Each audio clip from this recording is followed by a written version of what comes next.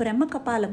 శివుడు బ్రహ్మ యొక్క 5వ తలని ఖండించి ఇక్కడే వదిలిపెట్టారని చెప్తారు. ఇక్కడ పితృదేవతలకి పిండ ప్రదానం చేస్తే వాళ్ళకి మోక్షం కలుగుతుందని దేశ నలుమూల నుంచి కూడా ఇక్కడ పిండ ప్రదానం చేయడానికి వస్తూ ఉంటారు. ఈ బ్రహ్మ కపాలానికి 2-3 కథలైతే ఉన్నాయి. పురాణాల ప్రకారం త్రిమూర్తుల అందరికంటే నేనే గొప్ప అని బ్రహ్మ శివునితో వాదనకు దిగినప్పుడు రానున్న ఉపద్రవాన్ని తగ్గించడం కోసం శివుడు బ్రహ్మ తలని ఇక్కడే ఖండించి వదిలిపెట్టారని చెప్తారు. ఇంకొక కథ కూడా ఉంది. బ్రహ్మ వాపి వరసలో మరిచి కన్న కూతురు లాంటి సతరూపని కోరుకోవడం వల్ల శివుడికి చాలా కోపం వచ్చి బ్రహ్మ తలని ఇక్కడే ఖండించి వేసి బ్రహ్మకి ఈ భూమండలంలోనే దేవాలయాలు ఉండకూడదని చెప్పి శాపం కూడా పెడతారు. అందుకే బ్రహ్మకి 2 దేవాలయాలు మాత్రమే ఉన్నాయి. ఇంతకీ ఈ బ్రహ్మ కాపాలం ఎక్కడుంది అంటే బద్రీనాథ్ గుడికి 200 మీటర్ల దూరంలో ఉంటుందండి. పక్కనే నడుచుకుంటూ వెళ్ళొచ్చు. ఇంతకీ ఇవన్నీ ఎందుకు చెప్తున్నానంటే రేపటి నుంచి పితృపక్షం మొదలవుతుంది. అంటే సెప్టెంబర్ 17 నుంచి అక్టోబర్ 2 వరకు ఈ 15 రోజులు కూడా చాలా రద్దీగా ఉంటుంది. పితృదేవతలకి పిండ ప్రదానం చేయడం, తర్పణాలు వదలటం చేస్తూ ఉంటారు. నచ్చితే లైక్